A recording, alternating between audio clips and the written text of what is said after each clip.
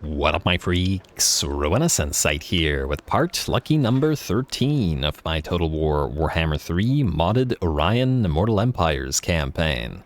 So as we saw last time, we've been hunting the Dark Elves both on Ulthuan and, well, not really all, but on Ulthuan at the very least. We've taken the Shrine of Cain for ourselves, and we can certainly make good use of it as it does offer us post-battle loot plus 15%. I'm not entirely sure that we need the Sword of Cain itself any more than we need the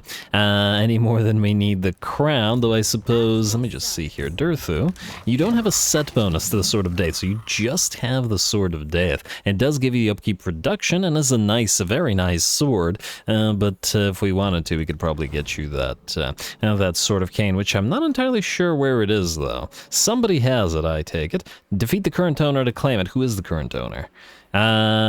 Looks like, some little mini Morathi army with a level 3. How did that happen? Okay, well, maybe one of Alariel's forces will retake it. Anyway, in terms of what we are doing this time, well, we're going to try to knock out Nakari, maybe start our first ritual of renewal here at the Haunted Forest, though it does look like several of our newly acquired trees are well underway to getting their rituals up and running as well. Guy and Vale's already at 30 as well, which is nice, and will only grow as we, well, grow it. Anyway, let's see what we gotta do this turn still. Deluric, you're just sort of temporarily holding these guys, and I guess Unil and Delling should probably take out Dietershofen. I guess we'll occupy it for now and then trade it back to Reichland.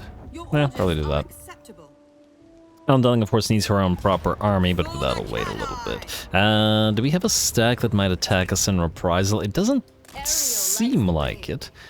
And I probably could have gotten that remnants of battle, but anyway, I'll resolve this. I assume nobody's gonna die here, and damage-wise, not too bad, but it will still hurt the Glade Riders, but doesn't everything. Occupy the Heathland, please.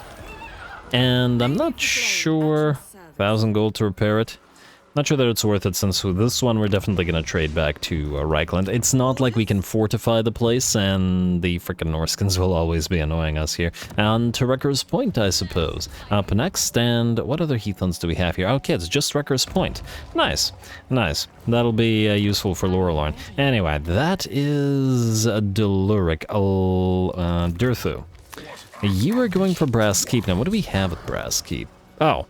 It's basically undefended. Okay, well, goodbye, Brass Keep. Let's see how much it's worth to us. Ooh, wait, do we have the bonus money maxed out? Yeah, we do. Alright. Just had to check it. And you know what? We might as well start moving through... No, I lied. I was about to say Inspiring Presence, but... I don't really care for Oaken Hearts. However, Bow Warden, probably time for it. Let's get Bow Warden. Alright. I'm not going to bother leveling the branch rates, at least not for now. Let's hit the Brass Keep. Let's probably auto-resolve it. Pyrrhic Victory, really? Against this? Huh. Can we cinematic battle this? What do we have here? No defensive structures, and I don't think the Dark Redoubt is a special location, which means we can. Alright, let's do a quick little cinematic fight. Why not? While we're here.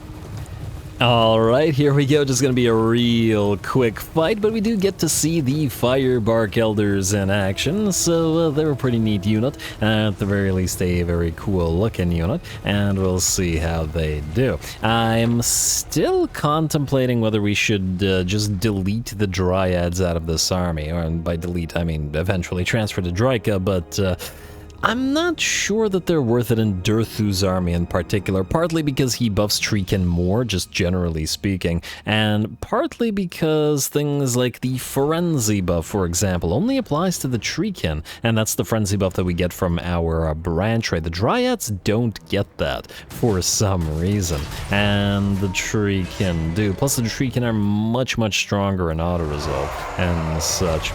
But I'll still think about it. I suppose it really depends on whether we actually manage to confederate Dryka. If we don't, then there isn't as much of a reason to, because I figured we use Tree Kin and Tree Men with Durthu. But anyway, I digress. We've broken through the enemy gate and are now in the enemy settlements. Sure, there's a lot of Chaos Warriors are running around trying to whack away with their axes at those Treekin, but there's such an incredibly tanky unit, and with the spam of the Shield of Thorns that we have off of 3 branch rates, plus whatever uses of the Earthblood that we can get, we'll keep these guys just fine. All the while, Durthu does plenty of damage. Alright, pick up an infantryman, and then pick up an infantryman and crush him with or with his roots, rather. I do always love seeing Durthu do his thing, though.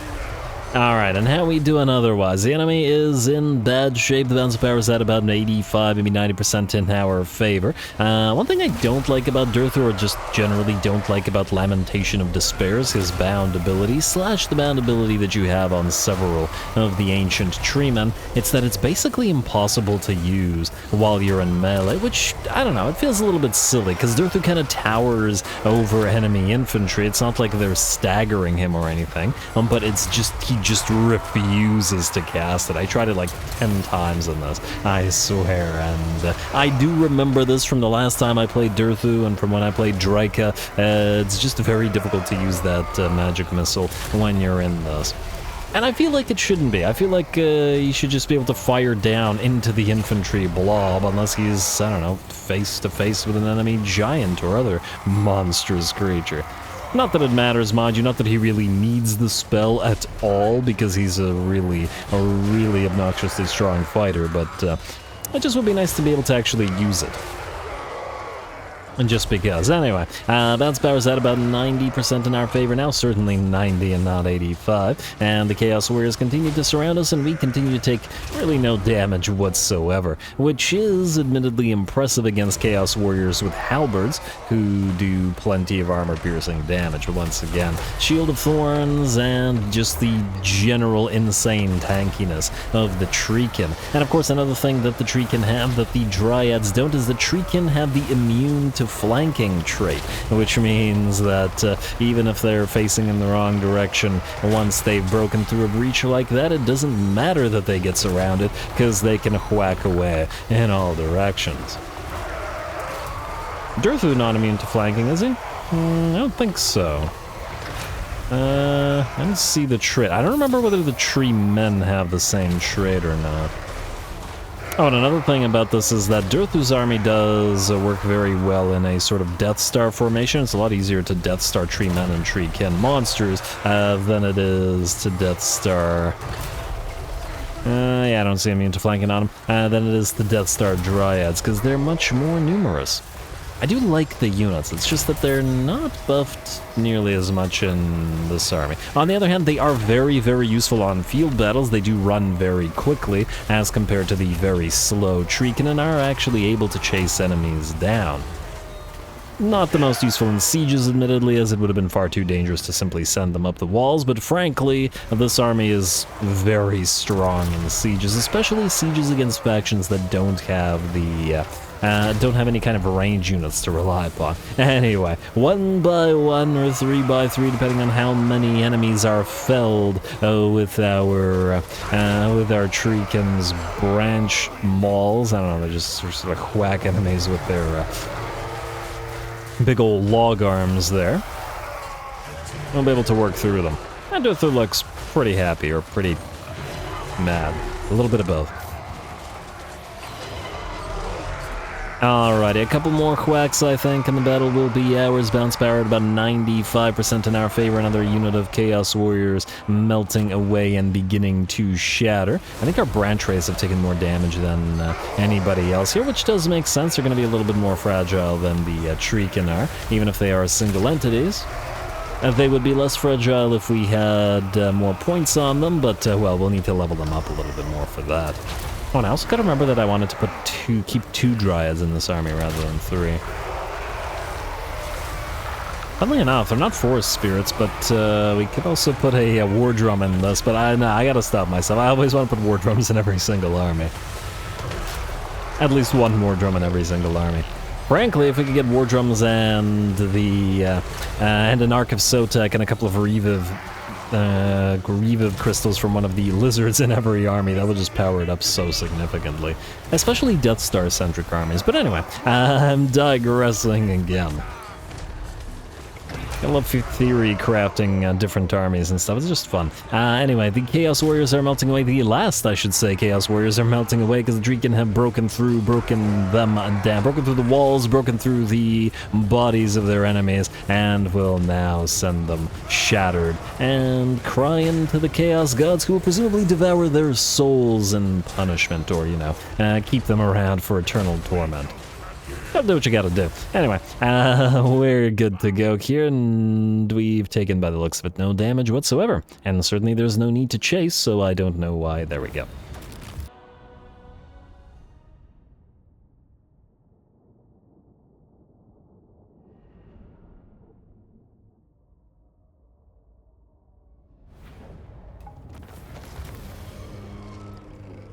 Alright, there we go. Just a quick little fight to start the day, though we didn't need to use the Dryads. That's fine. They'll be needed for field battles and for Draika's army. Durthu, once again, solid damage and stuff, though, by the looks of it, at 101 kills, the neighbor's Angry Hedges win the day, at least in that regard, by a pretty considerable margin. I'm going to assume that they were first into the breach after the Firebark Elders. Anyway, we are going to raise the place for a nice solid 15k. We definitely needed the money, and we're definitely going to put it to good use. Dryad Spy, another Forest Spirit, another War Dancer Drummer, which is good, considering we're about to get our War Dancer army up and running in 2 turns. Trait gained for Durthu. Raise multiple settlements. That's all you get. Attrition plus 5% when under siege. That's all you get. You don't get bonus money for raising settlements? What? Really? Is that a separate trait? Huh, you'd think that it would happen, but anyway, not a big deal either way. Now, these guys are down to the 1 settlement, and we should be able to knock it out fairly easily and make the Empire stronger for it. Not that we super care about the Empire, mind you, but we do want them to, we do want them to prosper at least around our territories. Also, before I forget, unfortunately, we did not reach the engagement threshold this time. However, I did promise that we would have 1 episode in the bank, so regardless, I'm going to treat this episode with that banked episode as a hour-long engagement threshold reached episode. Hour-long-ish. Mind you, this is also, on the bright side, the 13th episode, and thus it should be a little bit easier to reach a threshold as we will move the threshold down. So 350 likes and 50 comments, and the next episode will be an hour long as well. Alright, who's up next? Loren, I believe you had an auto-resolve down here somewhere, yes? Yes. Stonemine Tower is the place for you. I guess the question is, do we keep it or do we delete it? I'm still inclined to say we should just try to give all the Badlands to the dwarfs or somebody. It doesn't really matter who. Just so we don't have to do— oh, this is actually decently defended. I got Savage Orc Boar Boys aplenty, some Savage Orcs. And I guess this is probably, if not the last battle without additional Waywatcher reinforcements, it will soon be. So we might as well enjoy the Glade Guard while we have them. Go.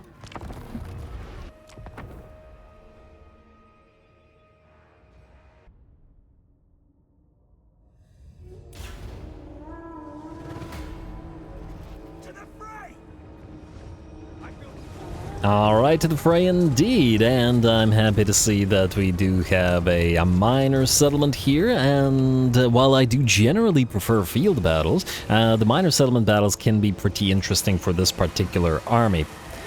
On the one hand, it is a little bit annoying that the enemy likes to sort of move all of their units deeper and deeper into the enemy settlement, essentially avoiding the fight and allowing us to sort of hit those enemies one by one. However, while this army has half of its numbers made up of Glade Guard, the units that can only fire in an arc forward, unlike the Swiftshiver Shards and unlike the Waywatchers, that makes these little minor settlement battles considerably more difficult. Anyway, floating from up above, we have our Glade Lord and our Glade Captain, both of which move forward to get a few of those arrows of Kurnos into the enemy ranks, and then we'll bring down this arrow tower, lest it annoy us too much. Otherwise, we are moving into the enemy settlement. We will be using our Glade Guard to provide a little bit of support arrow fire.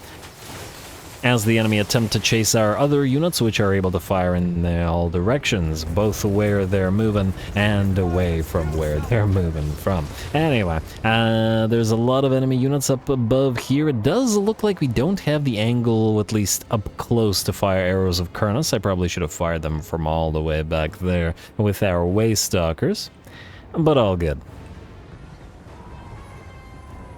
And still, we have barely made a dent in the enemy forces. I don't think we've really hurt a single unit other than the Squig herd so far. Once again, the enemy continues to back off, but this may be a good thing in the long run, as if they get a sort of critical mass of units and try to attack us from multiple sides while we have nowhere to retreat to and surround us with melee, and this could be something. It's all on you, AI. Let's hope that you don't disappoint. And we're going to speed this up a teensy bit while we move forward, or while the enemy moves towards us. Looks like we do manage to destroy one unit of Savage Orc Arrow Boys, but we've got a unit of Trolls charging forth. Definitely going to have to target the... Oh, and look at those Swift Shiver Shards firing all at the same time. Oh, that's beautiful. I do enjoy those Deepwood Scouts. The Trolls don't enjoy them nearly as much, however, as they will simply melt away before they can reach our lines. Fortunately for them, they got plenty more units where that came from. Gotta be careful about wasting the ammunition, though, as, well, we don't have a lot of ammunition at the current time. Definitely need more levels on our Waywatchers, our Waystalkers, rather, so that they can get a little bit more ammunition for the rest of our forces. Granted, they don't provide much. I think it's +4 ammunition max per Waywatcher, unless I'm mistaken. And we could certainly use a little bit more. But of course, the red line also provides additional ammunition, so there is that to consider. Anyway, continue firing away at the enemy. The Waystalkers are sort of up front, or ready to deal with enemies if they charge forth, and I do believe they do be charging, or at least getting ready to do so. Savage Orc Biggins and Savage Orc Boar Boys are rushing towards us, and it does look like while the lead units will get obliterated, more are coming. Arrows of Ruinous coming down, and the Arrows of Doom, or whatever that ability is called, coming in to help. But several units might be able to reach us. Ooh, the front rank get absolutely demolished by that near point-blank fire, but it does look like the Boar Boys do make it, and I'm a little bit too late on getting the Glade Lord and the Glade Captain down here. They should have stopped the charge of the enemies with their eagles. But all good. I don't imagine we'll be taking crazy amount of damage, although the charge did do about 30% of the HP damage, at least, to the Dark Bark Legion before the enemy books it on out of there. Looks like a few enemies are trying to hit us in the back as well. Gotta be careful about that. Once again, our Glade Guard cannot fire in that direction. Once again, it's also really nice having multiple heroes to use those Arrows of Ruinous. I've been enjoying that spell so much more ever since it got those buffs. There we go, and the way that it separates itself now into smashing into different points of the enemy lines is just great. Anyway, obviously we've turned our Glade Guard around. We're going to need to have them obliterate these Boar Boys and fire backwards, while our Waywatchers and our units of Swift Shiver Shard / Deepwood Scouts and deal with the units to the front. This time we are not too late and do manage to stop at least, I don't know, 80% of the Boar Boys before they reach our lines, and the Eagles / Glade Lord and Glade Captain can fight together and distract them. Though, let's see, even on the Eagles, unfortunately, it's just the Eagle attacking, as these are the older units and they don't have fighting animations for their weapons, and only their mounts. Bit of a shame, but all good. I still very much enjoy watching the Eagles fight. Anyway, it looks like those Boar Boys are shattered. This unit of Savage Orc, just regular Savage Orcs, that are bringing up the rear are in a similar position. Another unit of Savage Orcs back here attempts to reach our line of Swift Shiver Shards, but fails to do so, though we do have to be a little bit wary now, as the not-so-long bows are running out of arrows, or in fact are completely out of arrows, and most of the rest of our units are nearly out as well. I do believe we got barely any arrows remaining on the Waystalkers, and the enemy does still have at least a fair few units out there. Alright, destroy these boar boys, at least destroy the quick movers so that they can't charge us even when we're out of ammunition. And if the enemy doesn't shatter soon, we may actually have to fight in melee with the Waystalkers and our Glade Lord and Captain. Alright, let's see, 1, 2, 3, 4, I was about to say 5, but more like 4 units remaining. Now this one's about to go as well. Still at least a few Swift Shiver Shard ammos. Okay, that didn't say that right. Still at least a little bit of ammo remaining, and it does look like that amount of ammo is just enough. The units, the archers, the arrow boys up on top of the plateau will shatter. The last of the units of Savage Orcs will shatter as well, failing to reach the Glade Guard. I just really enjoy the multicolored arrows of the Glade Guard as well. I really wanted some Sisters of Athel Loren and some Gate Guard in this particular army. I'm really hoping that well, obviously Athel Loren can't build them right now because they lost the guy in Vale, but maybe... Well, no, Yvresse can't build them either because, well, we've been allied with Yvresse for a while and they haven't built them. But maybe Eataine can. We'll see. Somebody better damn well give us some nice synergistic High Elven units.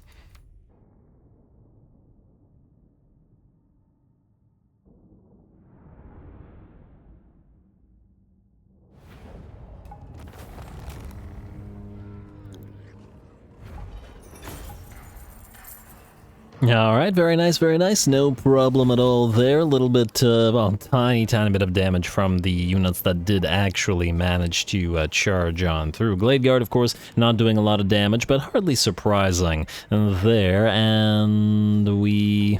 Well, I mean, they also can't fire in all directions, so we can't really expect them to do as much damage as the other units. Now, I think one odd thing that I've noticed about the Wood Elves in particular is, ooh, 7,000 Teresia will raise it, that's solid. Screw giving it to the dwarfs. If they want to recolonize it, they can recolonize it. It's not our problem. One weird, somewhat thing that I've noticed about playing the Wood Elves is that they seem to run out of ammunition a lot. I mean, particularly in comparison with the High Elves with Imric, where running out of ammunition was rarely an issue at all. It seems like it happens nearly every battle with these guys, which is kind of surprising for a faction that's, you know, all about wood and, Slanesh giggle, but all about wood and about archers.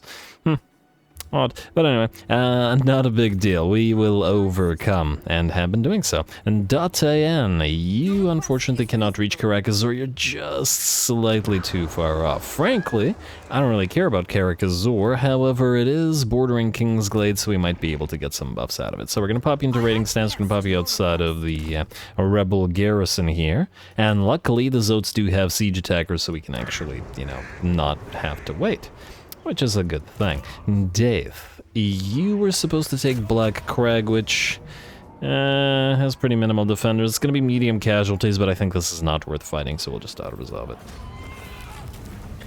And these are basically not valuable, so we'll seed it and then we'll trade it back to the... Oh! I was about to say trade it back to the dwarfs. Interestingly enough, however, because Black Crag is a special location, it gives us a super outpost. I call it a super outpost, but I mean, it's barely better than a regular outpost, but 300 gold generation. Whoa, income from all buildings faction. Huh. Okay, change of plans. We need to keep this. That's important. Wait, okay, that means it needs to be defensible, which means we need to build, I guess, the Waystone here, because it has War Dancers and Sisters of the Thorn as part of the garrison. We need to get whatever best garrison we can build here. Might even have to forego building the gold mine in order to have the place be defensible. 4 Glade Riders with Hawk Riders. We got Way Watchers, Wildwood Rangers, and 2 Glade Guard. Is that better or is that worse? We could obviously put some like basic Glade Guard in here as a as an army to guard it as well. Alright, well, either way, we're gonna go Waystone. I really didn't expect a 10% faction-wide. Huh.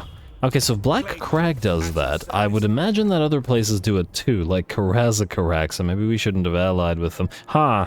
Okay, now I'm wondering whether Castle Drakenhof would have done that as well. And it has a gold mine, too. Well, darn. I mean, it was worth a lot to raise it, admittedly, so we probably would have done so anyway, but should keep a lookout on what other places that have potential for such a thing. Skaven Blight, perhaps? We are on the way there shortly, anyway. Alright, nice. Defenses, right. And this does give us 2 Wildwood Riders, 2 Deepwood Scouts, and 2 Glade Guards. So 2 Wild Riders and 2 Deepwood Scouts versus 2 Wildwood Rangers and 2 Way Watchers. I'd say both are pretty solid. Let's give us more money. They're both fine. I'm gonna say the Wild Riders one, because Wild Riders are pretty ridiculous if they're not, you know, obliterated by stuff, so we'll do this. Not much defenses, 3 Dryads and 2 Glade Guard. Versus 2 Dryads, 2 Glade Guard, and 1 Tree Man. So you're telling me that despite this being a super outpost, it is actually weaker as an outpost itself than our other outposts. Because it has 1 less Tree Man, and that's a big difference. Huh. That's kind of weird. I mean, sure, it's stronger by virtue of having 2 points, but it doesn't really matter. That doesn't really matter, I just was not expecting that, but anyway. Azrit, you're fine where you are, you're just waiting to transfer to Orion. Recruiter Shaw Muscle, you're waiting for the Wild Hunt, which starts up next turn. Iskura, you're fine for now. Ziltothios, you are here to transfer units, so you're fine as well. Dare Talk, you're waiting for the Wild Hunt. Circo, you're waiting for the Wild Hunt. Other Circo, you are waiting for an army, and same with Dada, and same with Katra, which means we're good. Alright, let's see. I could do a non-aggression pact with Karakazul if we wanted to. Heralds of Ariel want a military access? Sure. I'm not sure that we care, but being friendlier with them might eventually lead us to a trade agreement, which, well, might get a little bit of mileage out of. Just a bit, just a tad. Before we confederate them, of course. Do we want to go for the straight-up military alliance with the Chevalier de Lyonesse? They will give us a trade agreement for it, which says to me, yes. Alright, lovely. And they are also another faction down there which we could potentially give stuff to, which is probably good for us. Anyway, we got 2 more turns to save up money. And try not to overspend, because we're going to be upgrading a bunch of trees in terms of tiers, but we want the 10% construction reduction from Assyria and the Creator. So, we'll skip the rest of this. We'll end the turn. I will hope that I don't forget anything, but we'll see. Azrit, I don't remember telling you to move. Stay near Phoenix Gate, please, for the love of... Well, I guess you're only holding a regiment of renown in the sense that, well, we can't lose it, or we can lose it, but it's immortal, so it'll come back, so not a huge deal there. I do wonder where Cult of Pleasure is going. Malice Darkblade, he has a lovely defeat trait. If he wants to come down and chat with Orion, I'd certainly be willing. Maybe humble Sarkhan a little bit, with the avatar of a god actually fighting him. What else do we have here? Although Tarkan might be upset about us taking out other Slaneshi. Not that demons usually care when you do. Less than take out other demons, that is. Ally begins that, and in fact, most of the time they'd be annoyed. Hag Grief destroyed. Okay, I wasn't expecting that, Malice. Sorry, buddy. I see why you wanted the piece. Ambusher discovered. Duak is back. And, Scraggy's back. Gotta come down here. Oh, he's probably going from a Torka. Oh, this guy's got all these little tiny armies. Oh, good for him. Ooh. Our first tier 5 is up and running. We got a free other trickster shard that'll come in real handy for when Ariel is up and running, which should be rather shortly. And the hunt is back on as well, which we've been waiting for. And there's those buffs. Now here's the question. Do we go after Karakazor? Do we ignore it and jump over all this to go for Scrag? I mean, at the end of the day, Loren can go up here and... Oh, he could even chase after Scrag if he wanted to. We could just world routes across the water anyway. Yeah. Yeah.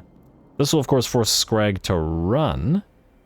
If we had taken this as a... that's not gonna work. Alright, fine. We'll deal with it in a second. Tatayan, you're gonna go to Karakazur, you're gonna obviously auto-resolve it, and then you're gonna go hunt some rats afterwards. Seed. And build up the growth and construction cost reduction, because that'll work for Kingsglade. Like so. Don't bother with the spell shield. There's a decent chance we'll actually turn it into something more useful. Item-wise, frankly, we don't actually have a lot of items. Nah, just got a couple of new ones. I still gotta put those scrolls of stone somewhere, but most of the stuff has been distributed. Most of the, let's say, common or uncommon stuff has been distributed. There's a few things here, but most likely we'll not bother with those, i.e. just transfer them or turn them into other things. Orion, you... I don't want you... Huh. I'm gonna assume the Morathi's going for Tordranil and not Shrine of Cain. Assume. You can go to Shrine of Karnas. Ooh. You could actually go past it should you like to do so. I mean, we probably want to trade all of this away anyway. And we should probably return to Toran, like, which we could do. And then maybe sail down and take out Morathi. The likelihood that they retake the Shrine of Cain. Low, right? I'm gonna say low. Toran like it is. Do we need to? Ooh, we might actually need to fight this. Find out in a sec. Go to Toran like, please. Although I do wonder how much it's worth for sacking or raising value. If it's a lot, we might not trade it. Pyrrhic victory. One of the Glade Guard will die. Well, actually, we were going to delete all the Glade Guard out of your army anyway, so that hardly matters. But anyway, you are going to do two things. First thing, you're going to transfer to Orion the Wild Hunters of Karnas. Your words are nothing. Like so. Then, we're going to see if that powered up Orion's army sufficiently for that one Glade Guard not to die. It did not. Honestly, if this army was stronger, I'd fight it, but I think I'd rather just... It's fine. It's a Glade Guard unit that... Oh, wow, 10k to raise. Oh, we won't be able to heal if we do this. And can we say no to 10k right now? Damn. I was not expecting it to be that much. It's pleasant surprise, despite the fact that we won't be able to... I think it'll be worth it. Let the High Elves rebuild, recolonize, raise, and then stop moving. I said stop moving. And you can go into encamp stance, and you'll heal nearly to full anyway. And we'll see if Morathi lands at Tordranil. If she does, we might go for her. We also got a potion of healing, which is nice. And if she does not, we'll hit the Shrine of Karnas. Stay here, near, while Azerit starts moving up here. Yeah. Why not delete Azerit, you ask? Wellity. What we want to do, now that the Wild Hunt is back, is give these 4 units to Orion, not the Blade Singers, obviously. So, we're going to send Recruiter Shaw Muscle. Do we want to maybe transfer the Blade Singers to somebody first? Alright, go... Where can we transfer them? I know what we could do. We can pop them into this army. Alright, I like that. Go here. Transfer the Blade Singers, probably temporarily, but maybe not. And replace... Actually, a decent mix of units. We could replace 2 of the Eternal Guard, but frankly, this is a solid amount of range. Or the Glade Guard. You know, take out the Dryads, take out 2 of the Dryads. Do this. Pop these into your army instead. Alright, then, Shaw Muscle. Why don't you muscle your way on over to the Gaian Vale? Like so, and get ready to transfer all of this to Orion. Go right past Phoenix Gate, and... Oh, I guess Azerit will not then be needed. Alright, Azerit... I don't like Wildwood Vigor, so you're not needed. And we'll say goodbye to you, sir. Not that you were costing us much of anything. Ooh, also, I want to check whether there's a new interesting lord. Another Sylvan Subtlety, Sapling Smasher, Blossom Blight, and Occult Resistance. Maybe there isn't actually one for War Dancers. It feels like we've been waiting for one for a while. Maybe, well, we'll see.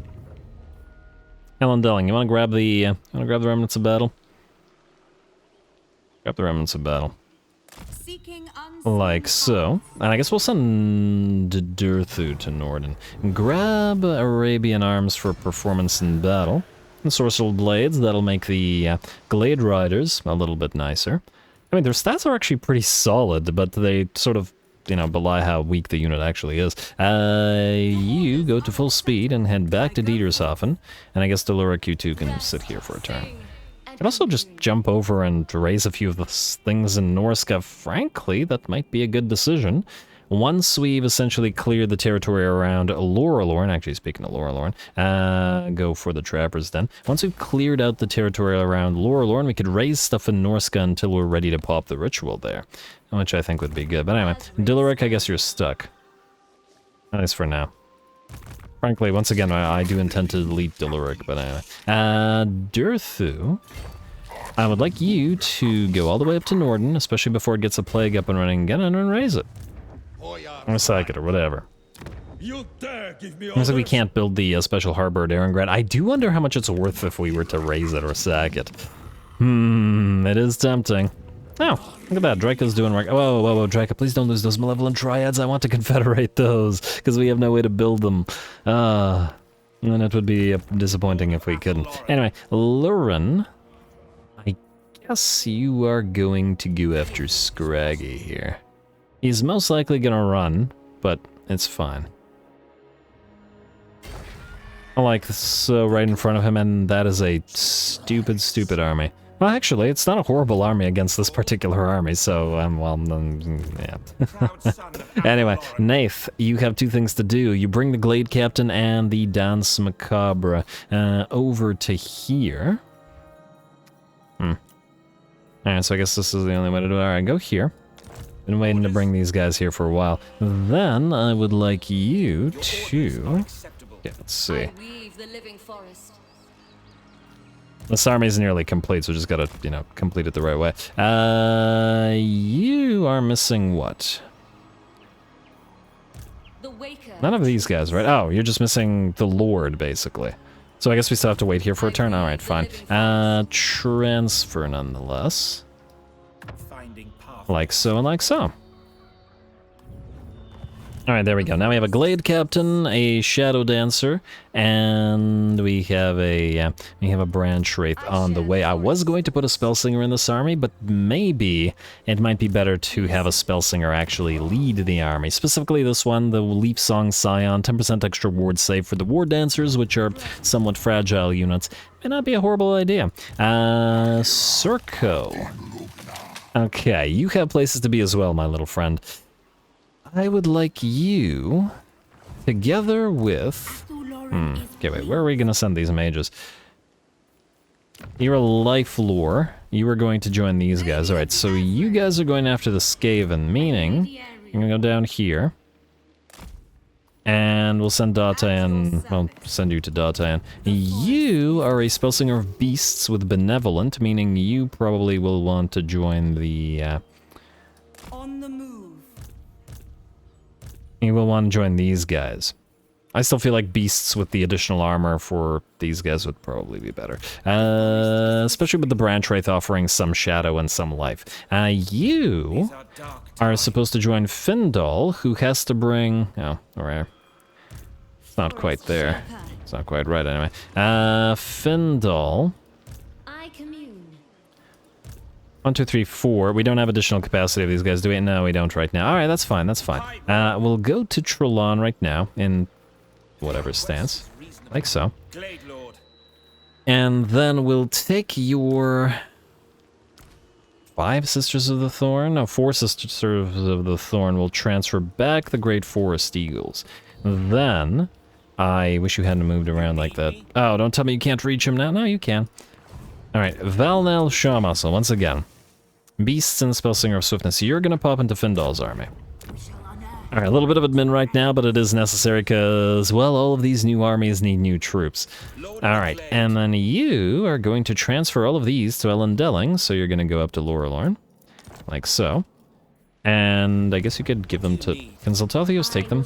Yes. Zoltathios... yeah, whatever. Take all of this. And then Findal, return to from where you came from. Alright, return to whence you came. Good. Alright, you are then going to transfer all of this to Elendilling, who is looking to lose those Glade Riders. I'd love to keep them, but it's just that it's basically... They have the problem of The auto-resolve really hating them. We'll put them in this temporary army, which can still probably take some, like, garbage settlements without Elendilling needing to do so. Anyway, that was you. Next, we still have stuff to do. Circo here. You are going to try to transfer these Way Watchers to the Wildwood Ranger army, which is currently down here with Dave. Alright, so, Circo, you're going to go all the way here to the Forest of Gloom. Like so.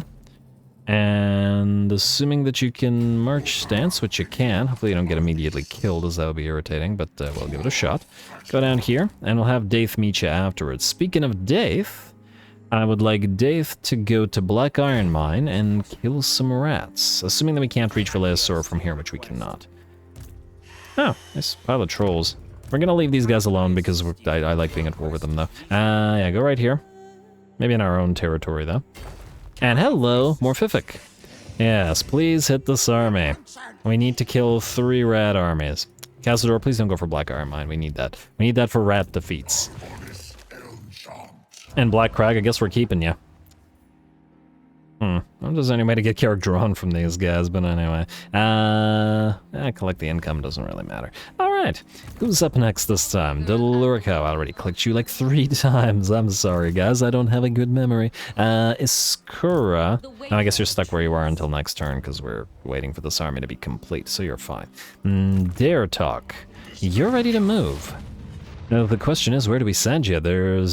Well, we can't be fighting the lizards right now. Where could we send you? We could send you down here to fight the Drakenhof Conclave. We could potentially temporarily send you to grab the Witchwood, since, you know, that might be a good idea. Just to make sure that nobody else can. The other alternative would be to do the same thing with the Sacred Pools. Who are you at war with, other than us? Yeah, they're at war with these guys. They're not, well, they're not at war with the Heralds of Twilight, but... we do have to wonder what exactly is in the Witchwood, but, and they don't seem to be leveling it too well. Yeah, you know what, Dare Talk? You know what, also Dare Talk, before I forget... Akka, the Wanderer. Ow. By request. Akka the Wanderer was a very, very funny tree man that we had in my Draika campaign, who just liked to go really, really unnecessarily far from where he should have been. But anyway, go right here, please, Akka. Let's see what we got. Nothing. Free Witchwood. I like it. Go to the Witchwood. And auto-resolve this. Fortunately, the Tomb Kings have trash for garrisons, so we'll seed it and get ourselves a nice new tree. Hawk Companion for Ara, you do not need. And Witchwood is secured. Speaking of Witchwood. Well, I guess we're still waiting to reduce the construction costs, but ooh. Missile strength, faction might, and ooh, more Hawk Rider capacity. We certainly wanted that. But for now, we have to, well, we definitely have to build these, and we have to build the... we have to build the forest lookouts, because 4 Wildwood Ranger, 4 War Dancers, damn it, is pretty solid. Now, Kotep is really close to us. I don't know how effective his army there is. Well, Akka, that's it's on you, buddy. We'll see. And I believe, other than the heroes, that's it. Alright, so, heroes. Start moving. You can steal tech. And man, do we really need more frickin' tech thieves. Yeah, because none of the Wood Elf buildings, as far as I understand, give us any additional research rate. The problem is the Oak of Ages stuff gives us lots and lots of negative research rate. I think it's somewhere around 150% negative. Minus 150% would be just impossible right now, because it would make everything take like more than twice as long, which is ridiculous. So we really need those tech thieves. And thus, let's take a quick look at the heroes. Spellsingers. 7 Swiftness, Vindictive, Bewitching, not the 2 I wanted. Darn. I wanted a different one. To make into our next tech thief. But what can you do? And the funny thing is, we still need plenty more of those Spellsingers in various armies that don't currently have casters, like Dave here. We specifically have an extra Wildwood Ranger in this army to be deleted and replaced with a caster, but, well, what are you gonna do? Alright, well, if that is nothing we can do, and if there's nobody else to move, we can go to Diplomacy. And then we can end the turn after. So, Karakazul, you're fine. Tilea's nearly dead. We should have redeclared war on them after all. Oh, This has been burned down by chaos, by Morgar. I'm gonna assume that it's by that Morgar did that. Mazda is trading with the Jade Court rather than an enemy with him. I like that as well, Mazda. I like that very much.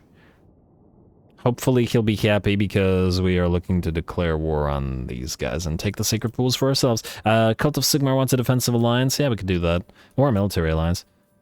Or Grove of Woe, please. Please, Confed. Yeah, we'll do defensive, I think, with Cult of Sigmar. Why defensive? Because they don't really have stuff that we need from them. Unit-wise, I mean. Trade offer. They will give us nice amounts of vision, though. And we'll hold off on the military alliance, rather, for now. Alright, that looks good to me. Orion, you're healing up in a nice-ishly. Skip the rest of this. And in the turn. I hope I didn't forget anything. Well, too late now. I guess we'll find out. We gotta make... Oh, Danny, what you want, buddy? Peace treaty? No. There is absolutely no reason for us to do so. Gotta also keep an eye on what's going on up here in terms of the factions that we have not yet declared war on. I think we're friendly and at war with most of the factions that we want to be friendly and at war with. And just a few ones that we're missing, but there's no... well, I don't know who it is and where they are, so... That's unlikely to change, let's say, at least at the current time. Anyway, Scheme of Doom performed. Marathi has landed with a terrible, terrible army. Ally begins outpost construction, constructor for death, appropriate. Technology research to Surian the Creator, and we have... Spring? Okay, 2 more turns of spring. Alright, now, Orion. She will run. She probably can't escape Orion. Should we chase her down and kill her? I mean, we still have to go after Nakari, but we probably still should. Alright, you know what? Shaw Muscle. You can't reach a Shrine of Cain, meaning you just have to stay here and wait for a little bit. Orion, you're gonna try to chase down Marathi. She's gonna probably loop around us and go here, but there's not much we can do about it. I still think we should kill her. And just to have her leave Athel Loren alone for a little bit. Just leave him alone. Alright, run.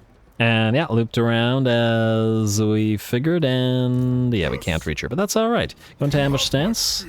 Go right here, even closer to Marathi. Maybe a little bit further away. Just so that, you know what? I want her to actually be able to move down here. Hopefully she doesn't try for Toranlik, but I somehow doubt that she will. The other possibility is if this ambush fails, she actually goes out to sea, but then we can just go up to sea ourselves. Potentially. Anyway, a research rate. Next up, we were going to do tributes for the Oak. I know it cost us a research rate, but more post-battle loot will come in real handy. Though, 18 turns to do this for 20 versus 11 turns to do 10, but also to get buffs for all elf infantry and... I don't really care about the ambush buffs. You know what? That actually might be better. On the other hand, this does give us casualty or punishment rate. Faction-wide, and this gives us the Call of the Wild Dryad summoning ability. There's potential for either one. Dryad summoning could be really useful. But I do like the casualty or punishment rate. You know, let's start with wide-reaching roots, and then I'll think about it. We may or may not switch that one out. Anyway, Deluric and Elendelling. We need to send you rather to Wrecker's Point. So, can you reach it? Yes, okay, Elendelling at least. Okay, no, she cannot, I lied. You're going to go close to Wrecker's Point. And I'm gonna hope that you can start... No, you cannot.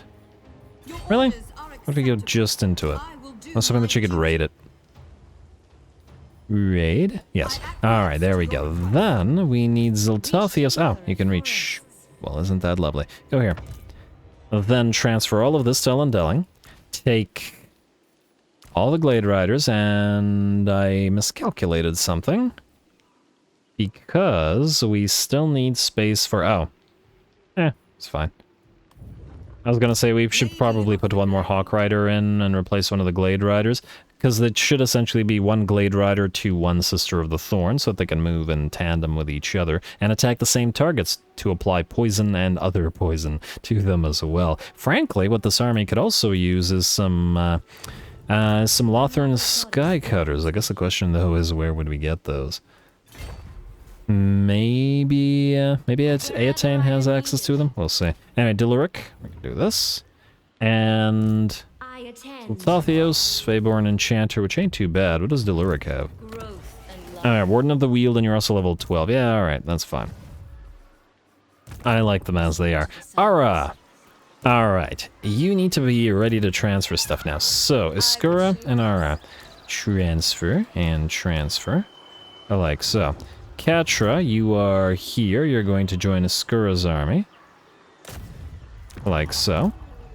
And that'll pop you into 20 out of 20. The Eagles will be replaced by Forest Dragons because they have a thing with Loic. And I guess we don't have any room for another Shadow Dancer, but that's not a big deal. And, oh right. You know, while we're here, just to double check. Yeah, so you have nothing that actually buffs them, but the Glade captains do. They have Touched by Loic, which gives Vanguard deployment to the entire army of War Dancers, which is a pretty darn major buff. Granted, they're all super quick anyway, but still feels appropriate, so we'll make use of you, and you're actually getting rather close to level 14 anyway. And you have Dance of Loic, Possessed by the Trickster God, etc., etc., so that's just fine. Grab yourself some Tempered Rigor. And we should also probably try to move you into retinue physician as well. Could also do the names here before I forget. You can be Adora and then Carillion.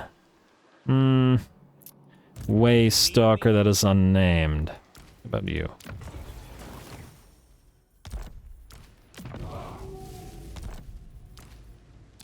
I mean, it doesn't really matter to which one, I suppose.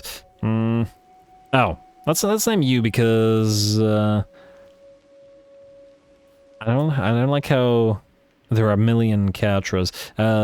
Too many of the same name. Carillion.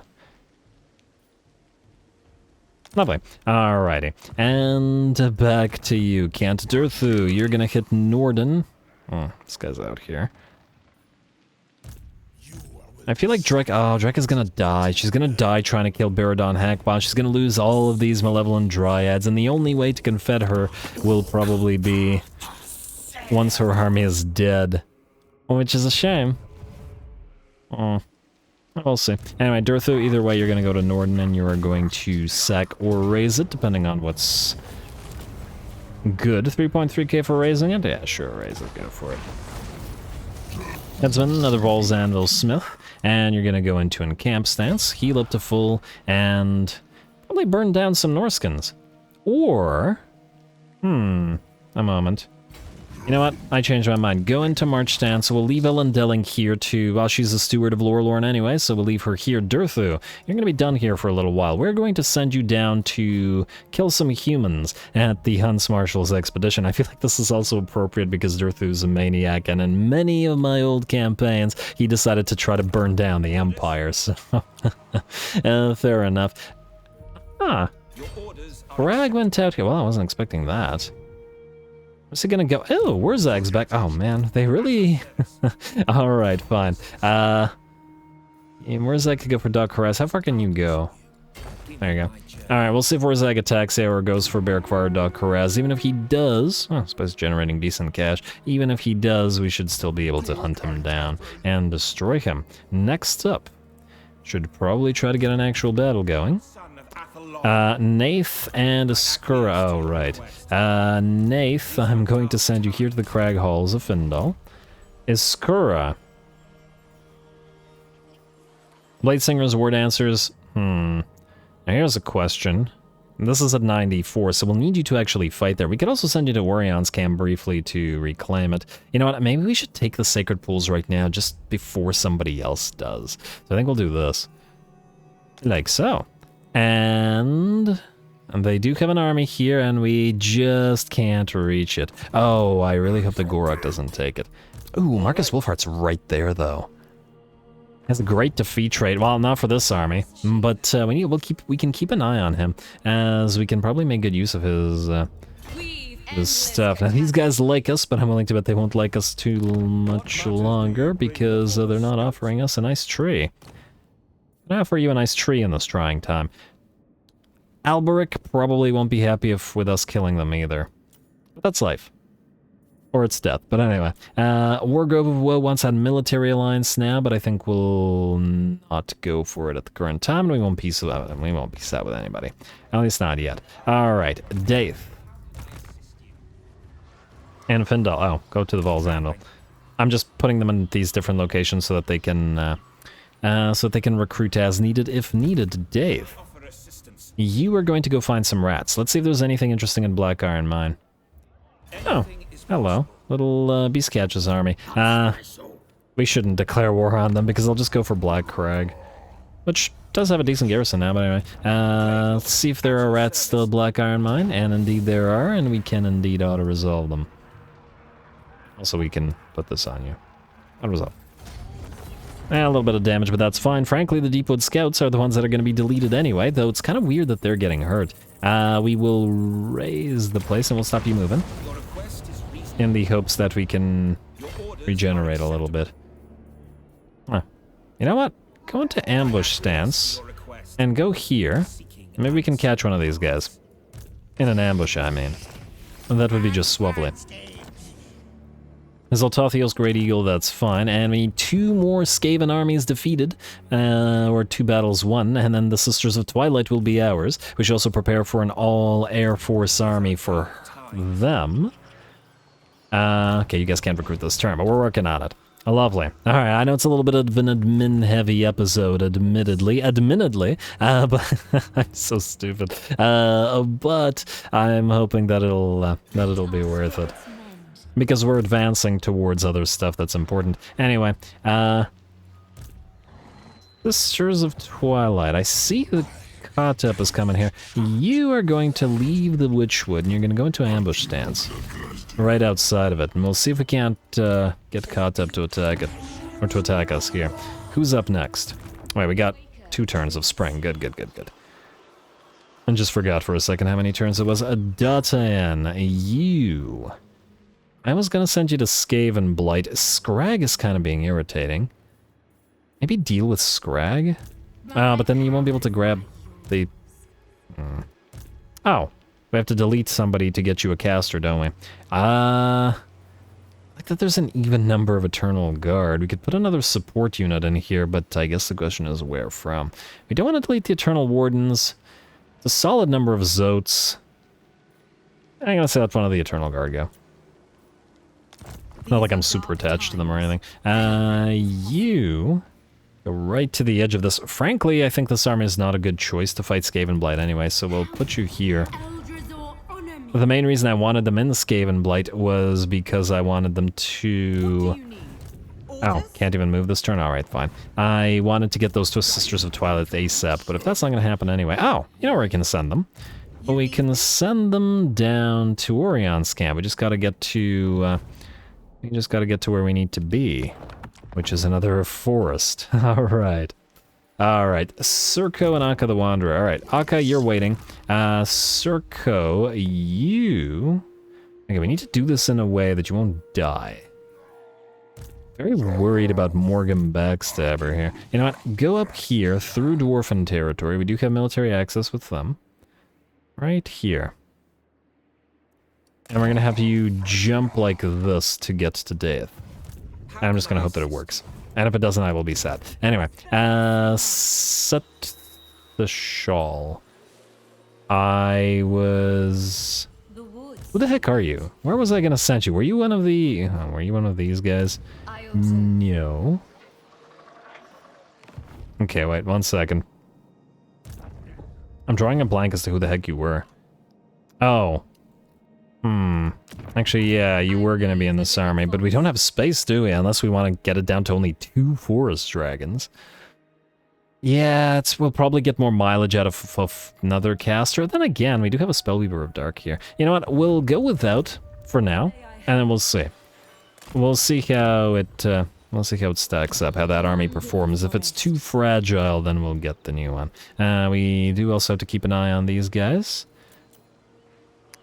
We keep not getting the one that's good for, good for stealing tech, which is disappointing. But what can you do? Anyway, I believe that's everybody. So let's build the buildings, let's end the turn, let's see if we can't fight some nice Kotep. Haunted Forest. Starting with you. Moonstone clearing, our first tier 5, and another arboreal paddock here. Good. Next, we will be building the Nobbler Outpost shortly.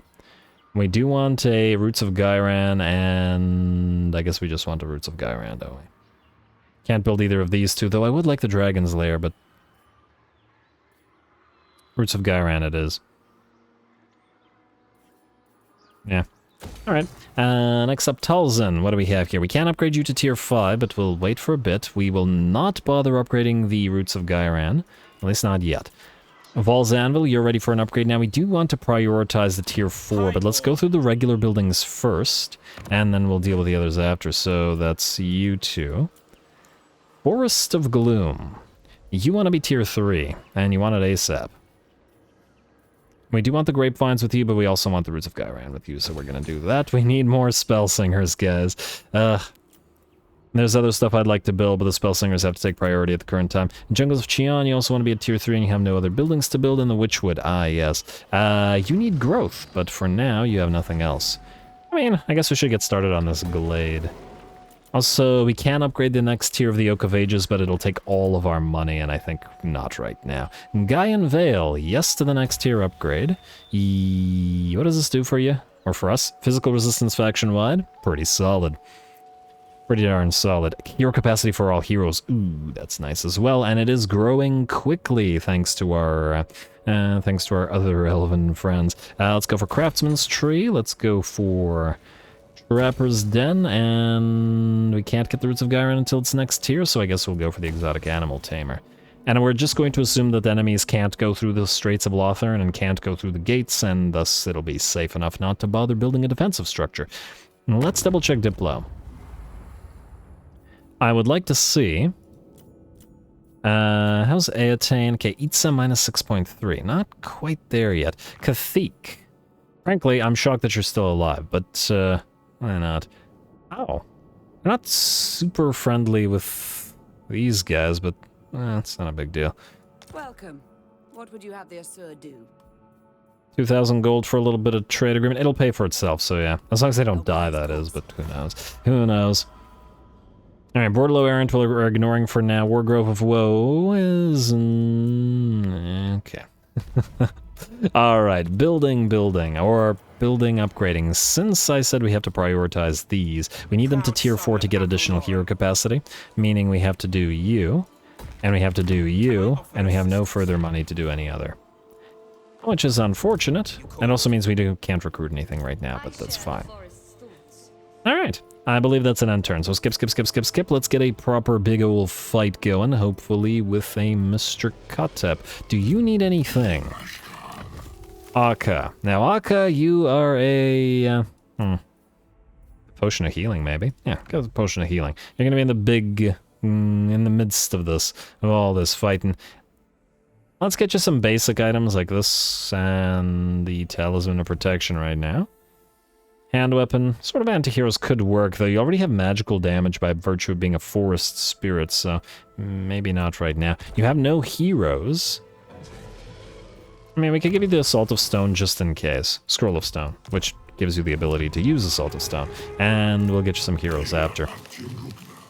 We'll also build a proper army for you, it's just that we don't have one right now. Anyway, let's end the turn, let's see if Kotep falls for this. And hopefully get a solid amount of cash for our trouble. Nakari wants peace and is willing to offer us plenty of cash. Tempts us with cash. And... okay, I wasn't expecting that. Honestly, this is such a... it's basically a dead army. I think we're not going to bother. Sorry, Marathi, you're just not worth it. A little bit tempted by kill captives, but take the money. We have one more turn in which we can build for slightly cheaper, and we want to build a few more upgrades. Another ambush. Hey, this one we will fight because we are hurt, and it is Rick Sliceblade, and yeah, why not? Medium casualties despite the fact that we're ambushing them. That's what I like to see. Go.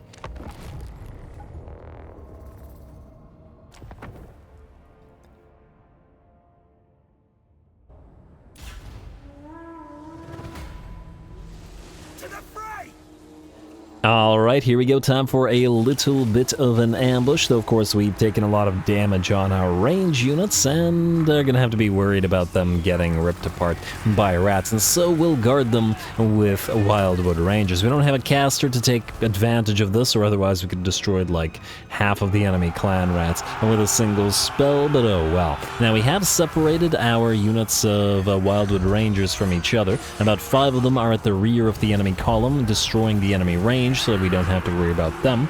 And, well, we've done a little bit of damage to the warp grinders with our units, well, with our range fire, specifically with the arrows of Kurnus, but it does look like they will manage to get their warp quake and seismic snare off and deal some probably fairly decent damage to the units of Wildwood Rangers here. And between the Warpquake and the fact that they're facing off against Storm Vermin, this might actually be a fairly tough position for them to be in, especially surrounded as they are. Fortunately, the front of the column is going very, very well. Our Lord on Great Stag has found the enemy Lord, Rick Sliceblade, with that blue armor of his. And the enemy lord is already broken and attempting to run away. So the front of the enemy column has collapsed. We also did have all our Wildwood Wardens up there. So it does make sense. And ooh, once again, I always love the sort of a lesser number of units, the more elite units like this, and similar for war dancers and stuff like that, especially when they're surrounded by hordes of massive numbers. Wildwood Wardens with 40 guys defending against thousands and thousands of rats always looks pretty fantastic. Alright, and we got a similar sort of situation here. Several of our units of Wildwood Rangers, the ones that got hit by the Warpquakes, have taken severe damage. This one in particular, and down to about 15% of its HP or something along those lines, which ain't so great. And this one's not in great shape either. Once again, they were fighting Storm Vermin, which Clan Rictus does buff up. On top of the Warpquakes, which you really don't want to stand in with your infantry, but fortunately with the enemy center and front of their column having collapsed, the rest of our units are moving in to reinforce. Oh. Some of the Clan Rat's little tattered rags are kind of matching the sort of color scheme of the Wardens of Sithrall, and I don't like it. Alright, charging for that great stag. Oh, I can't wait until we get Stag Knights. These things are fantastic. Look at the size of those stags. Yeah.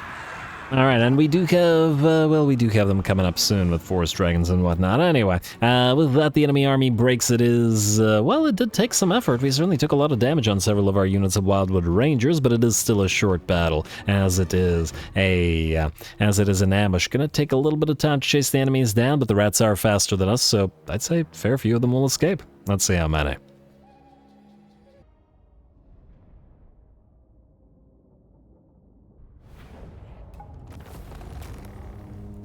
Alrighty, a rather nice fight actually, despite the advantage that the ambush did confer to us. The relatively fast movement of the Skaven against an army that has no cavalry and no real fast movers actually made it a lot more difficult to chase them down, and thus to prevent them from rallying, kind of breaking apart our army formation, or our cohesion, or rather.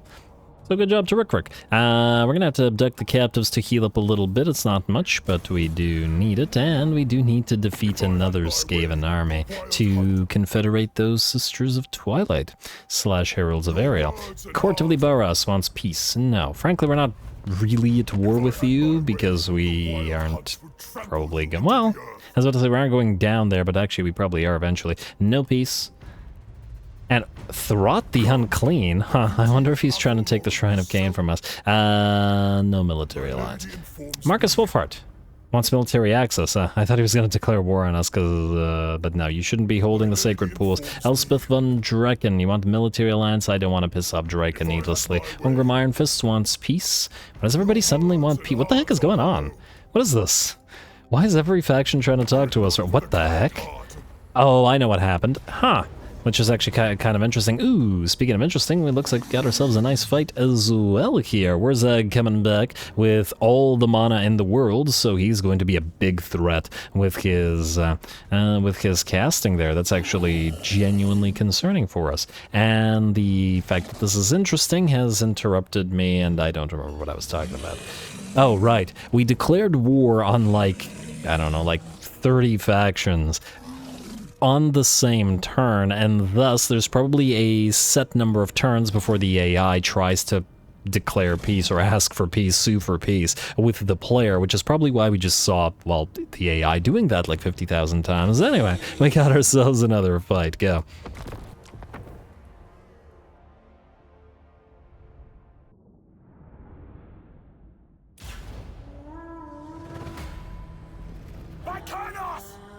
By Kurnos, indeed. That is the most appropriate thing to say when you're a lord who is led by Orion. Anyway, moving forward now, our entire army, well, at least the range units hidden, and are able to snipe because of that ability, or that trait, that sort of faction-wide buff that we got from Halith and Nar, and that's going to do wonders for us. In addition to that, we are very wary of Wurzag, but he should perhaps be even warier of our ability to spam the arrows of Kurnos. All of our units will use them, and Wurzag will go down, never having gotten off a single spell, and before the rest of his army dies. That feels kind of mean, doesn't it? I mean, you just snipe the enemy lord with a few arrows of Kurnos and don't have to worry about him. But hey, it's Wood Elves. I mean, you gotta expect them to use some somewhat annoying tactics. I'm certainly one of the people that went out of my way to burn down Athel Loren in many of my campaigns, because I don't really like dealing with the Wood Elves and their annoying capabilities. And just generally speaking. Of course, it's less bad if you have some, you know, like fire rain rockets or anything like that, but any kind of infantry-heavy army dealing with all those range units running away, certainly going to take some effort as well. Anyway, it looks like the enemy is finally annoyed at us, or annoyed enough at us to move towards us. They will get close enough to actually identify our forces, regardless of that stalk and snipe that they've been doing, but they still have to attempt to close the distance. All that beautiful arrow rain will bring down many an orc and many a gobbo and many, I don't know, boar and troll and whatever else the enemy brings. They have not, of course, teched up enough at this point to have a Ragnaroks or anything like that, but that's hardly surprising, and frankly, well, I guess we'd be seeing Savage Orc, Savage Rogue Idols, that's the one. Savage Rogue Idols with Wurzag instead of Giants and stuff. I do like seeing those Savage Rogue Idols, or just generally Rogue Idols, fight. Rogue Idols are a really entertaining unit to watch, just generally speaking. Anyway, it does look like some of the enemy trolls and gobbos have managed to reach our range line. Gotta remember that this is an all-ranged army, and we do have to be careful. The not-so-longbows take a hard hit from those trolls, and we'll have to send them scurrying away by sending our Glade Lord and Glade Captain, easily able to reposition themselves on those Great Eagles, or Forest Eagles, I should say. And by the looks of it, we're okay. Now, we do back off a little bit and fire while we move, but it looks like the enemy will shatter, and the battle will be ours after having damaged essentially one unit, which ain't too bad, especially considering, what did the auto-resolve say, Valiant Defeat or whatever? Well, it wasn't that, that's for sure. Alright, very nice. And I will assume that the enemy will survive here, so let's take down as many of those units as we can. And once again, you gotta love all the different arrows.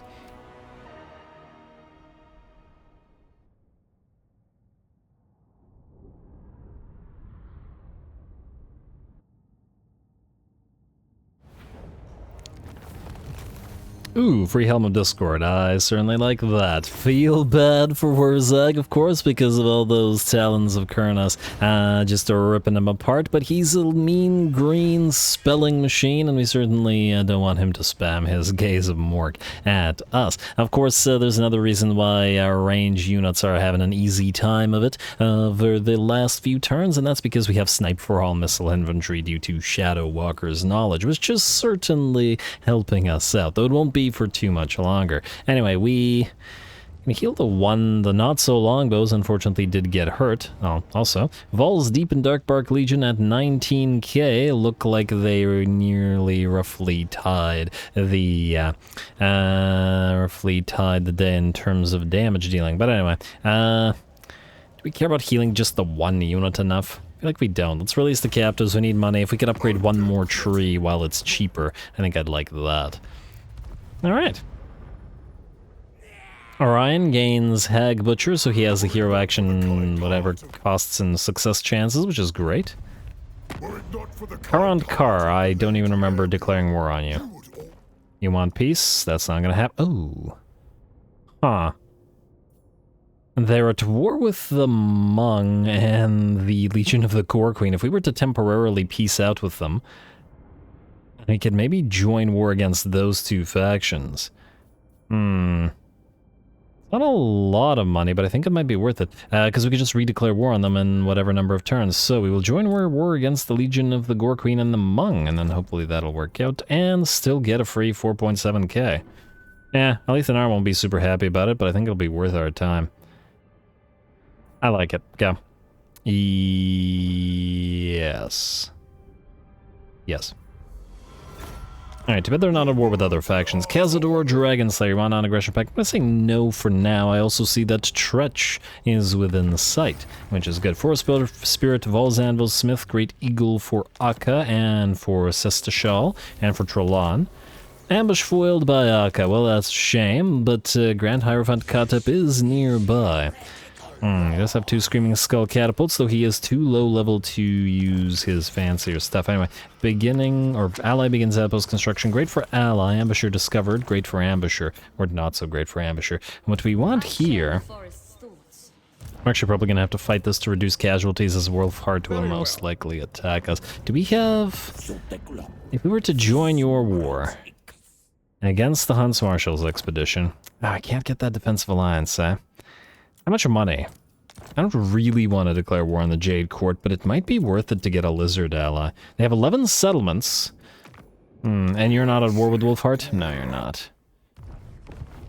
I was going to be friendly with the Jade Court because we want those units of theirs, but alas, it might be more worth our time to do that. I'll think about it. Either way, Orion, once again, I keep looking for the ability to use the world routes, and we just can't. You're going to march out here. I'm going to trade you your missing stuff. You've been waiting a while on this one. Recruiter Shaw muscle trade, and then we could just, just delete you.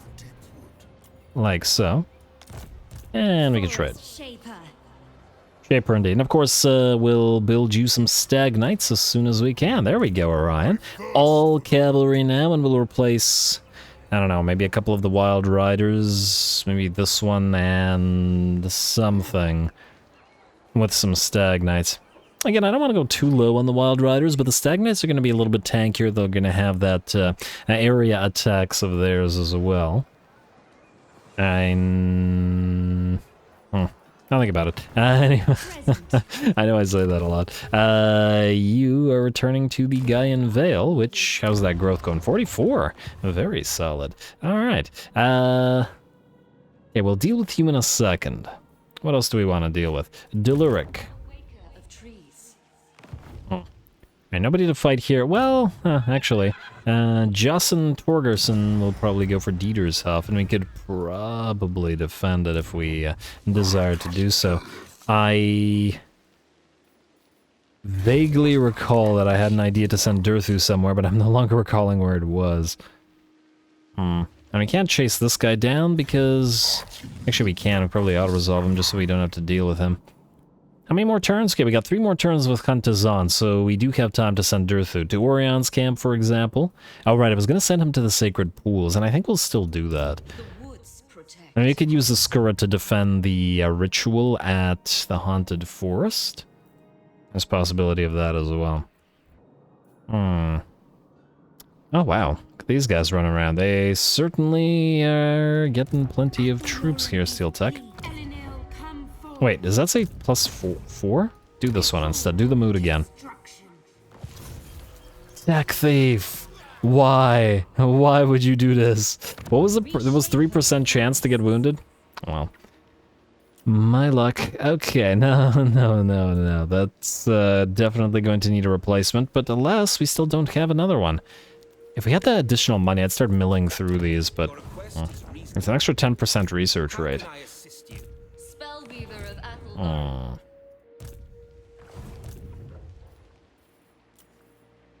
What are our capacities? Like, we can build more Wild Riders, but it's the Way Watchers and the Sisters of the Thorn that we want right now. Oh, wait, actually, no. We sent the Sisters of the Thorn to where they needed to be. Because you pop them into a... Alright, you know what? Hold off on the recruitment for now. I didn't mean to do that. You're ready to go to Tier 5. Might be the thing to do.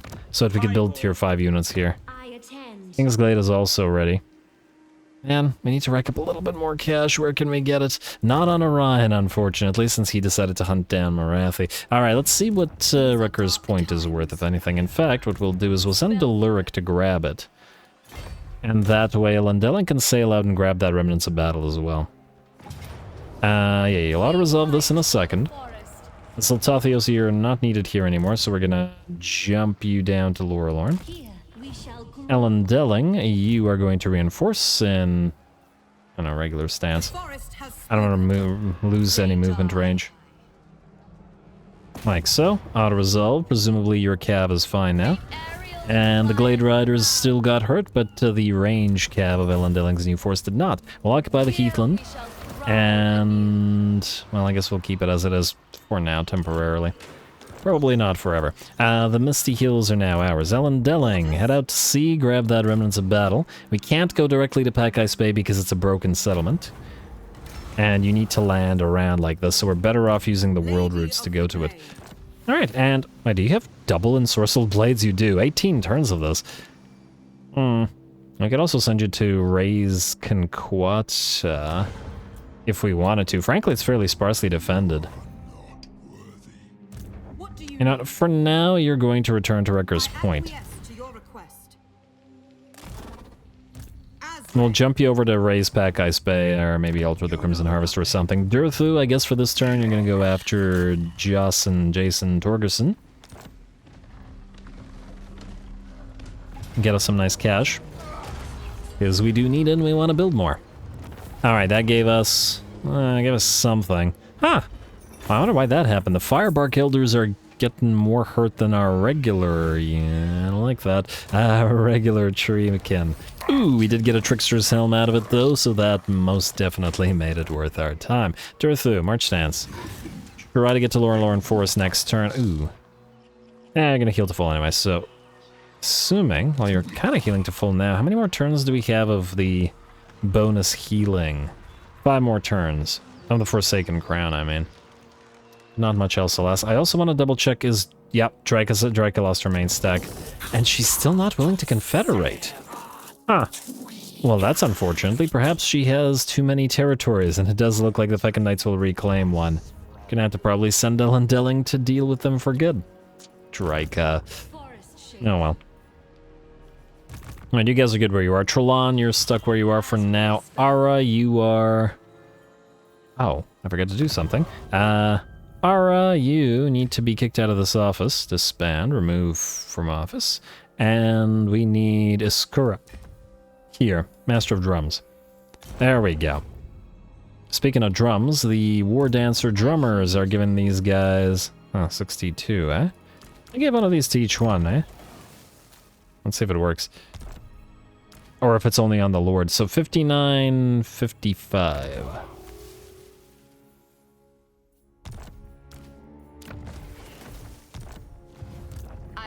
59, 55. Oh! Did it not used to be that that actually worked for heroes and not just lords, but it looks like it's only lords now. Well, that's disappointing.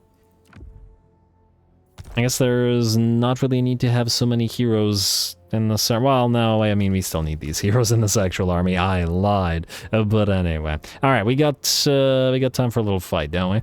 The question is where? I'm gonna say Kotep. This seems like a fun one. Oh. Wait. If we could fight a rat army, we could confederate the Sisters of Twilight right now. What do we have here? Death. You can reach Stretch Craventail, and you can reach Morphific. Morphific, rather. The question is... is Morphific the remnants of the army that we just fought, or is that somewhere else? We raised Black Iron Mine, unless they went here. Lord of Athel Loren. I mean, I'm willing to bet both of them will run, and the problem is that we'll be in attrition territory if we let them.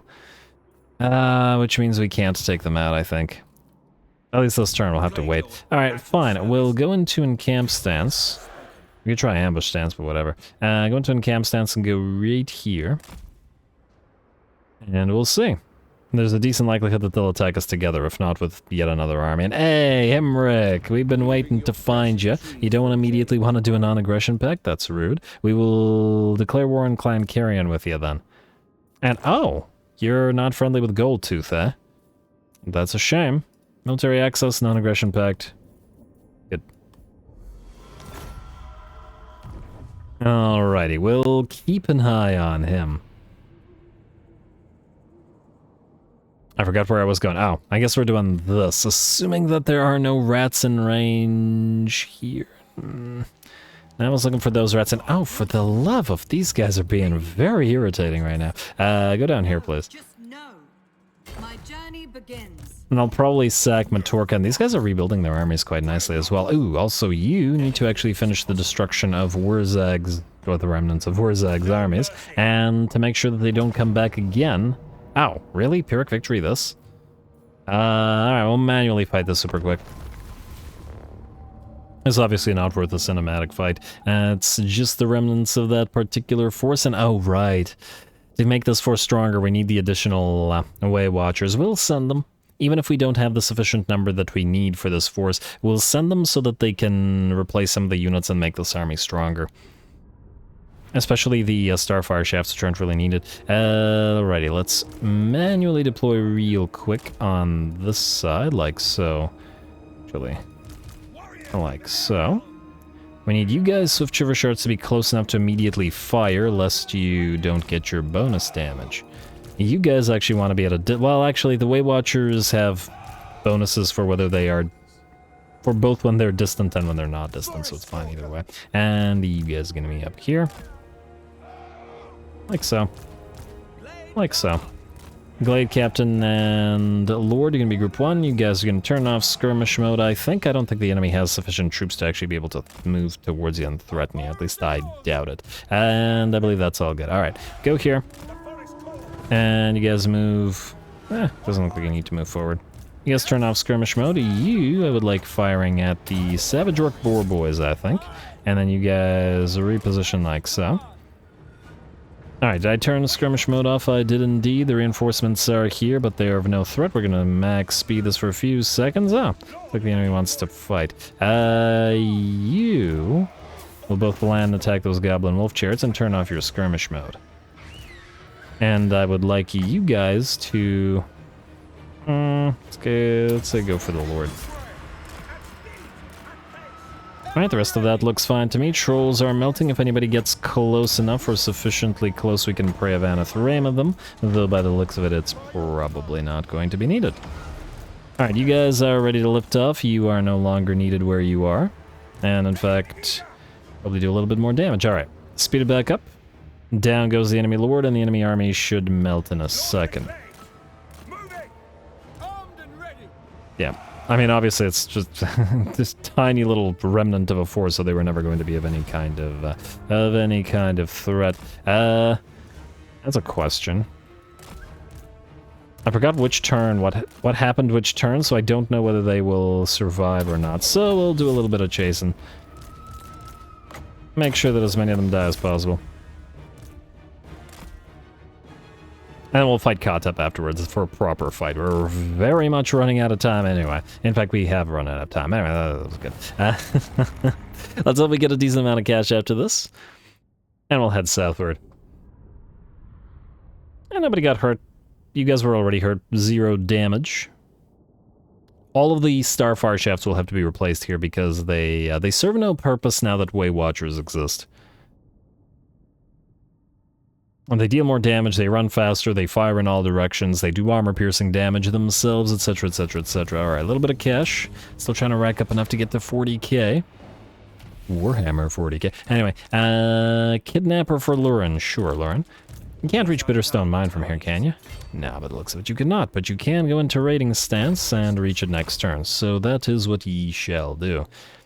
A little bit of extra cash after all. Alright, let us do one last cinematic fight. Arc of the Laundry, you're gonna head into Forest Calls, and you're gonna strike at Kotep.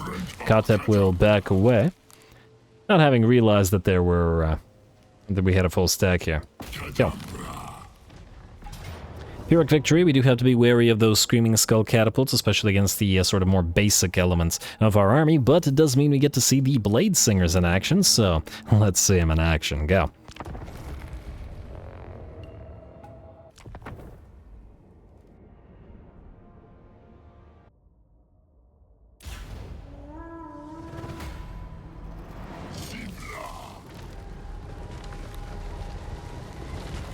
Alrighty, here we go, the Tomb Kings. You got to love the variety that is available to us in a Wood Elf campaign. In a single episode, we're fighting Chaos and Orcs and Skaven and now Tomb Kings as well. And we have other options available to us in close proximity to all of our other trees as well. Anyway, here we go. Looks like it is a choke point battle against Kotep. He is not on his deck, so he's not being a DJ as yet, but, well, that's probably good for us, because while the Screaming Skull catapult's going to certainly be threatening, they're not going to be nearly as threatening to a blob of units like this as the units of, or the Screaming, or not the Screaming Skull catapult, the Gaskets of Souls would be. However, despite the fact that they don't have those, they do have something equally or perhaps even more threatening, as Kotep has access to his various spells, specifically SKULLSTORM. I don't know whether this is the bound SKULLSTORM or the, well, casted SKULLSTORM from Kotep himself, but as we may remember from the Tomb Kings campaign, it's a devastating large area vortex spell. So Kotep basically takes, I don't know, 70% of the HP of 4 units and clips a couple of hours of others, rather, and that's probably still more where that came from as well. Fortunately for us, though, our Forest Eagles have moved into the fray and are going after the enemy's Screaming Skulls, so while the enemy takes care of our range with that nice vortex of theirs, we do the same. We've also separated our force into 2 discrete forces. The units of the trees are all the way back here, and they are moving together with the War Dancers, who we see here for the first time. Now, or the Blade Singers, rather. Okay. I've got mixed feelings about this one. Okay, they look cool. They most definitely look cool. They look great, frankly. However, these aren't War Dancers. War Dancers are supposed to be very light in armor, like the Shadow Dancers are, or the Blade Singers, rather. Blade Singers are essentially elite War Dancers. They're leaders of their troops. Just below Shadow Dancers in the Trickster Gods sort of hierarchy. But they shouldn't be super heavily armored like this, that's for certain. Kinda hard to dance and weave through your foes and such. And give your praise to Loic when you're heavily armored, or at least when you look heavily armored. Of course, they aren't actually with their 25 armor, but yeah, kind of on that one in terms of the mod changing the units. Once again, they do look great. It just doesn't fit lorefully for that particular unit. I do, however, really like the way the Eternal Guard look. Much more armored and appropriate for units that are holding the line. They should be armored. Well, the Eternal Guard maybe have too much armor. Then again, these guys are at 50. The armor that, or the army where we have lots of Eternal Guard, that one's gonna get their armor up to like 100 and somewhere between 100 and 150. So they'll have as much armor as like Chaos Warriors and nearly as much as Chosen. So that will actually be appropriate in terms of them having extremely heavy armor. Just gotta make the stats match the look. Anyway, we have an enemy Scorpion running around or burrowing around, probably going to annoy the Dryads somewhat, but the two named Treemen, Carrion Goldbranch and the Square Sentinel, should be taking care of that thing. We have the Ancient Treeman, Echo the Wanderer, trying to get to Kotep, who has used yet another of those damn SKULLSTORMs and has obliterated 2 units of Glade Guard, forcing them to shatter, and by the looks of basically 3 units. Alright, should have perhaps separated those units a little bit further from each other. But at the same time, it's nice for the to allow the enemy to get a few hits in. This isn't the type of battle where we're so afraid to lose that we need to sort of make a non-battle line formation, which is the kind of formation I prefer for, you know, cinematic shots. And the more spread apart your units, the harder it is to see what the heck is going on and see all those units in action. Anyway, the Forest Spirits have, or the Forest Eagles have come back and come down. They did take a little bit of damage fighting stuff, but we did heal them right up with Haka's Earthblood. And it does look like they do manage to bring that Scorpion down. The Dryads still embroiled in combat against the enemy Tomb Guard, but surrounded and with the help of the Ancient Treemen, as well as the Eagles causing their bleed, I'm sure they will be just fine. Our Elves have suffered a lot of damage in this particular army, but, well, we'll just say they're glamoured Elves, like they would be in Draca's force. And they don't know what the heck is going on, and they're just being fodder for the Treemen. Especially since, like Draca's force, we get a lot of malevolent units in this army as well. I just love seeing skeletons keep fighting on without their head. Fire without anything now. Alright, there we go. The Blade Singers continue to work their way through. Oh, you know what?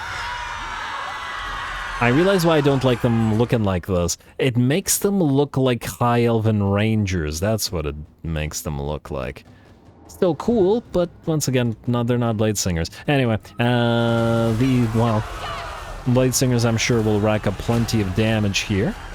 Especially working together with the treemen as they are, and now pushing up towards the Eternal Guard where they're using them as an anvil. Kotep, poor guy, fighting on foot, way too weak to be fighting on foot against most lords.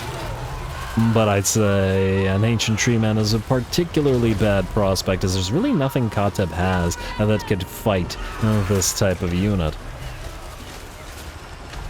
Alright, nice to see those glowing arrows smash into the back of those Tomb Guard. Looks like the enemy army has begun to shatter, and Kotep begins melting away. He did manage to summon those Ushapti, but similar to everything else, now they're going to go down. And the Blade Singers, very strong units in terms of damage, should have no problem dealing with the Ushapti themselves. And while I'm sure a few of them will get around, or get knocked down, rather. They get around too. Slanesh giggle. They'll get knocked down, but they'll get up again. And they're quite good at assassinating units like this as well. The War Dancers and the Blade Singers alike, and because of their small models but very high damage dealing capabilities. See, all those crazy flips and stuff with that armor. Because of their high damage dealing capabilities and their small models, they're able to surround an enemy lord and have them and just bring things down very rapidly. Especially if they're able to fully surround an enemy and are not sort of bogged down with other units. Anyway, it looks like our first battle against the Exiles of Nehek goes decently well. Still a close victory, but considering this is an incomplete army, well, it's not really an army at all as yet. Don't worry, we'll complete it. Oh, I know what we'll do. Akka the Wanderer, since he's a community cannon lord. Well, he's supposed to have sort of monstrous, he's supposed to have like monstrous units like the Dire Doggos or Dire Wolves, whatever, and Draca has. What we could do is we could give him War Lions from Yvresse. And maybe some Celestial Lines, or maybe just War Lines, I don't know. But that will work to replace the doggos he would normally have in his army. Yes. Yes, this is good. I don't know why I'm taking a look at the Malevolent Tree Man rather than Akka himself, but it all works for me. Anyway, nice fight. We'll be seeing more Tomb Kings as we go, and as we retrofit Akka's army to do more damage.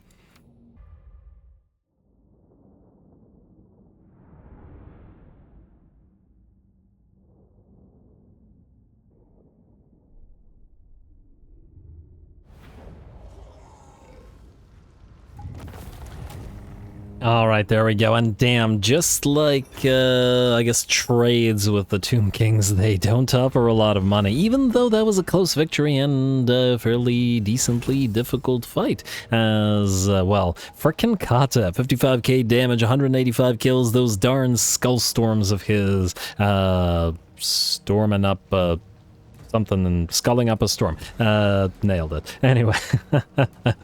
Well, I guess we'll release the captives for whatever money we can get. It's not like we are going to be healing up a lot. We do have to be wary of with the next army, and we'll probably need heals. Magic... Oh, when's the magic powers of capacity plus 10 faction wide? That's actually very nice, and that does mean we should probably get another... Ooh. They're almost willing to confederate themselves, but anyway. We'll do the defensive alliance so that the Heathlands are, you know... Wait, that decreased the chance of... Was it 14 or was it 11? Maybe it wasn't 11. Okay, I need to go back over the video. Because I thought that the allying no longer did anything with regards to decreasing. But anyway, Akka, you're going to need to heal. We're obviously going to get you a proper army, but now is... Well, it's not yet. We will eventually get you a proper army. But for now, we need to spend money on other things like upgrading those tiers. We're at 40k, which we did reach. And by the end of this episode, and I do mean the end of this episode, as we are out of time, and I'm going to have to call this one here. Lots of decent fights. We are now missing only Draika's Tree and Orion's Camp. And, well, we're technically still missing the Sacred Pools, but we'll start next episode off by taking it with Iskura and declaring war on those poor Hunts Marshals. But I'm sure all the lizards will appreciate it, and I guess we'll declare war on the Jade Court. I really want the defensive alliance with Tehanoan. I don't know whether he has the requisite buildings to actually allow us to get what we want, but it's not like we can declare war on Gorok stuff, so this is what we'll do.